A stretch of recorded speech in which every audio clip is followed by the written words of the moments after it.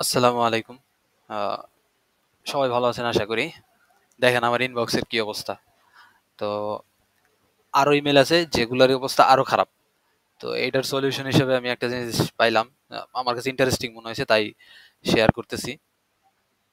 আহ, এই দেখেন এখানে কিন্তু মানে ইমেল গুলো আছে, কোনটা ইম্পর্টেন্ট কোনটা দরকার, মানে অধিকাংশ দরকার নাই এমন ইম্পর্টেন্ট মানে মেল গুলো আমার সামনে চলে আসছে।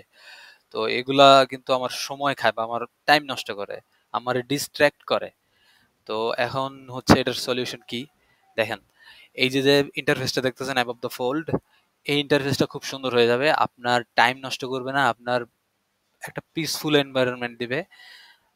আপনার প্রফেশনাল জিমেল আছে সেটার ইন্টারফেসে বা জিমেইলের।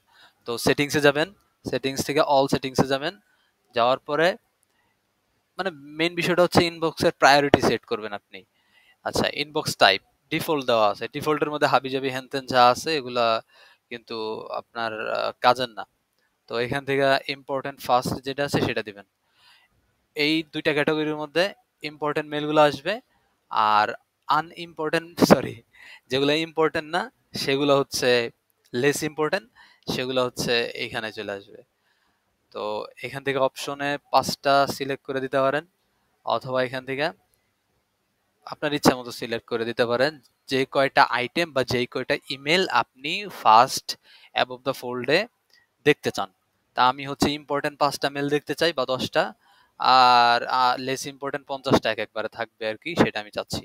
তো দেওয়ার পর সেভ চেঞ্জেস, এই দেখেন এখন কত সুন্দর হয়ে চলে আসছে, তাই না? হ্যাঁ।